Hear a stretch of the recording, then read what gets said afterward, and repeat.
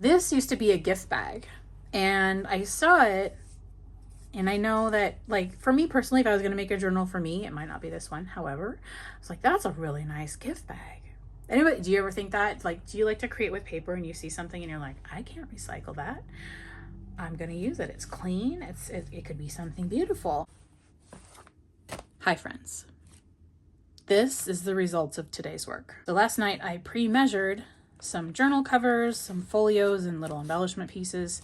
And I was going to add some little, just to sew around some of the edges, just to add a little something.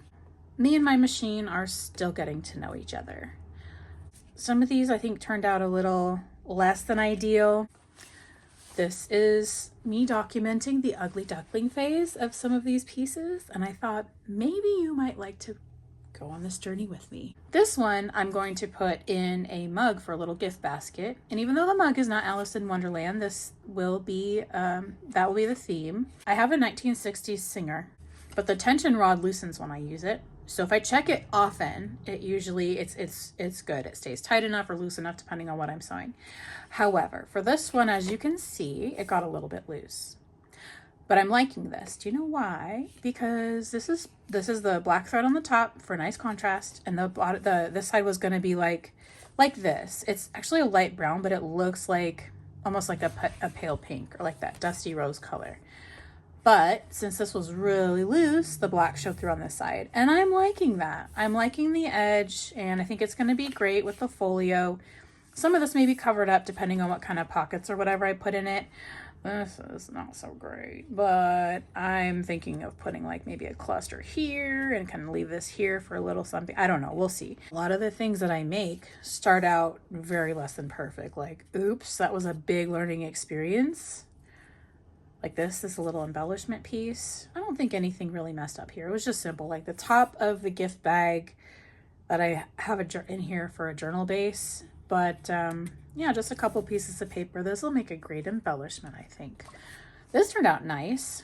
Just a couple pieces of extra paper, like bigger scraps. Here is a journal cover, a smaller journal. And so this is a base of a manila envelope. I like the size, a nice smaller journal, and I love this fabric. I just used a straight line stitch and some white thread. It's a little loose in places. In fact, I think it's pretty much loose everywhere, but it's really kind of loose here. But I've seen worse happen on some of my projects, and then I like freeing the edges of fabric. This is a lot of fun. But I know I can work with that. Even this little crinkle here, like I've made journal covers that get little wrinkles in the fabric because when I sew fabric on a base, sometimes the fabric will move, shift, and stretch. Here's another little folio, and I think this is yellow, and I'm seeing like maybe Alice and the rabbit theme here, but we'll see what I'm feeling when it's time to make it. But I do like this, a very subtle contrast, and I'm not sure what stitches is called, but it's like almost like a messy zigzag. But I like this. I'm here for this. It's a great little start with a little tuck spot. This one, I think this one too is going to go into a mug, be part of a little gift basket. So I think, oh no, wait,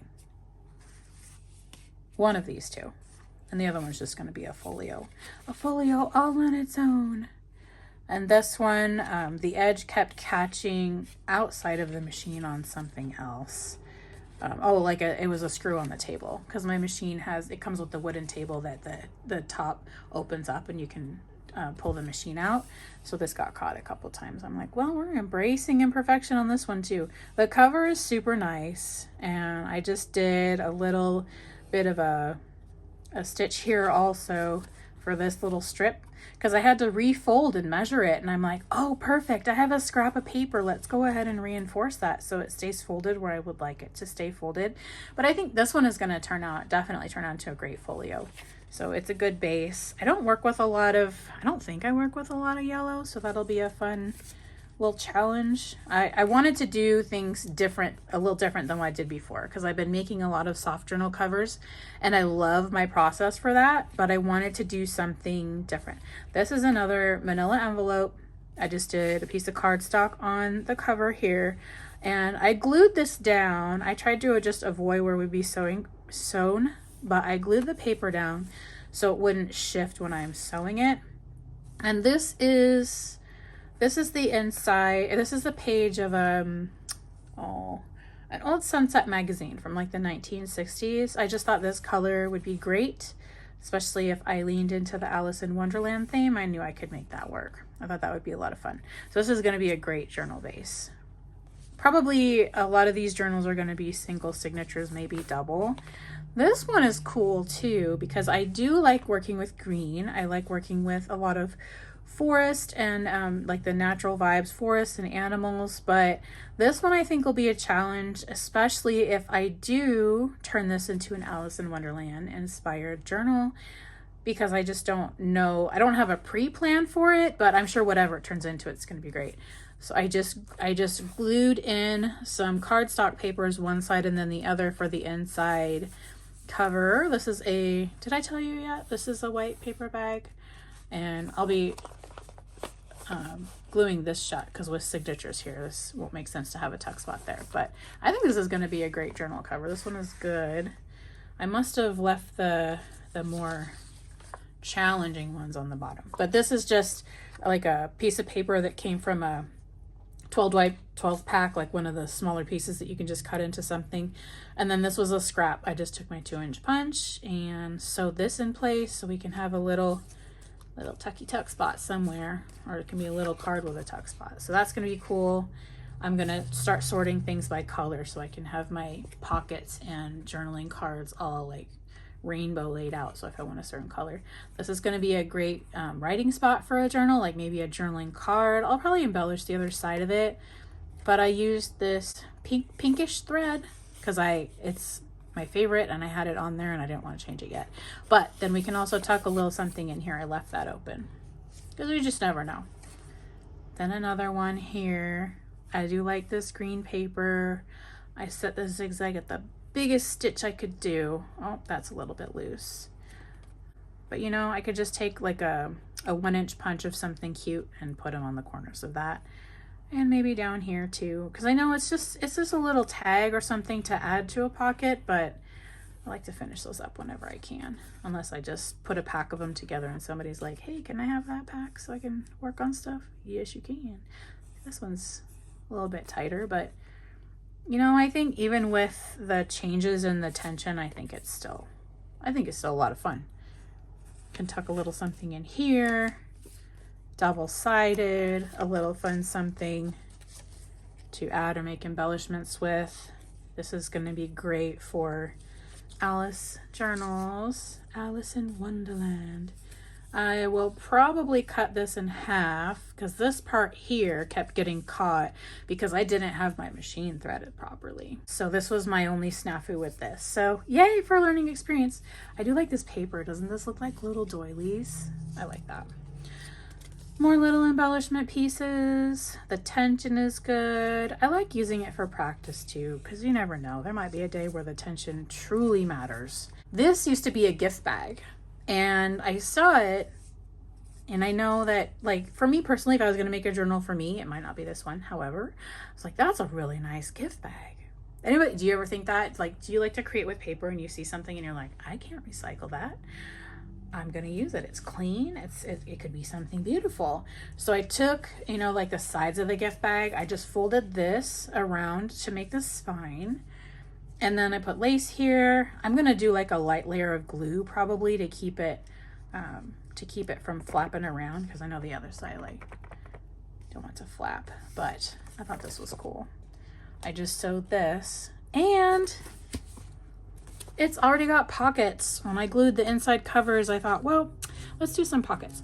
And I really like it when I do tabs if there's like multiple ones and they're kind of evenly spaced. So this was great.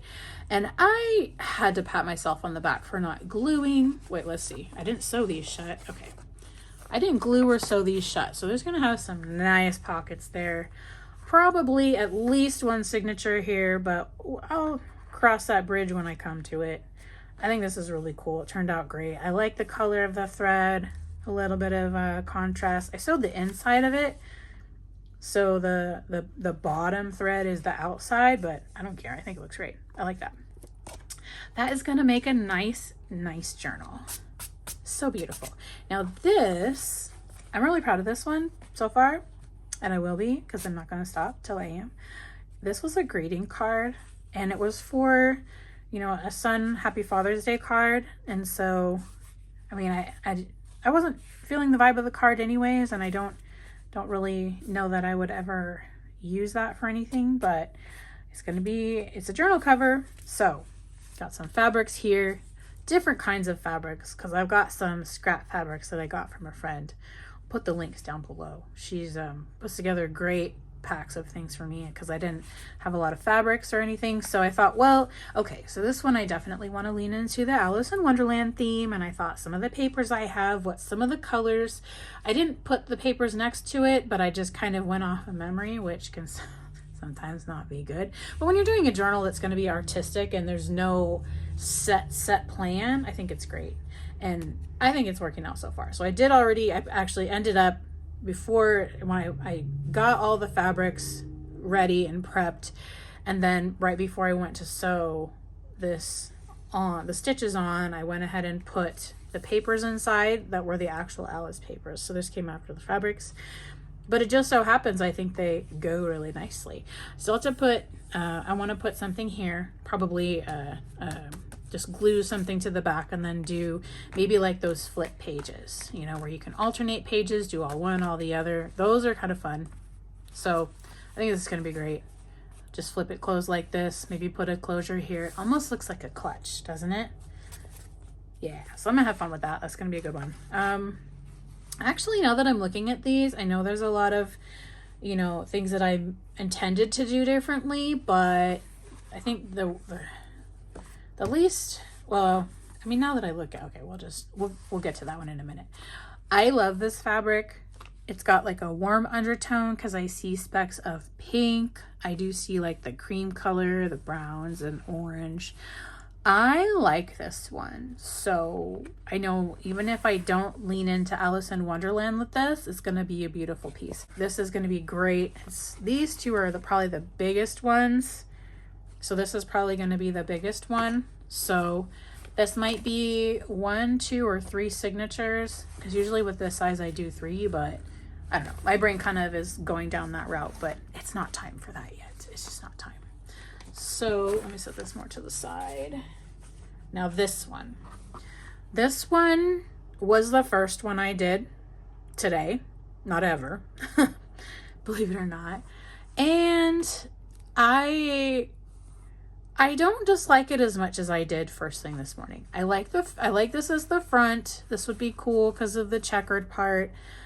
But here's the thing. It was an empty, you know, those laundry sheets you can buy in a pack. So this is one of those packs, and I glued the papers on for the inside of the cover. These are beautiful papers, so I'm a little bit bummed that, you know, maybe I didn't flow with it so well. But I wanted to just sew the fabrics in instead of leaving it frayed, just to try something different. And I don't know what happened, but I dislike this less. Like I'm glad I didn't try to cut it up or recycle it, and I kept it because I'm like, well, this may be a challenge for me. This might be a total Franken journal, because then if I start cutting off the scraps and then, you know, cutting off some of the wrinkles but making them frayed, like I can dig it.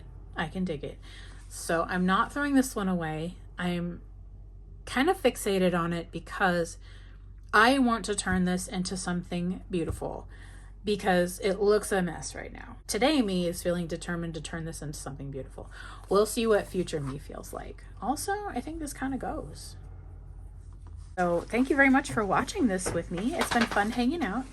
And if you don't already follow me, I would love it if you subscribe. Please give this video a like if you liked it. And if you have anybody you know, I don't know, maybe they feel like they're always making things that they're not so proud of, and like those messy moments, tag them or share this with them. And who knows, maybe it'll help us all embrace the imperfections together. I'll see you next time. Bye.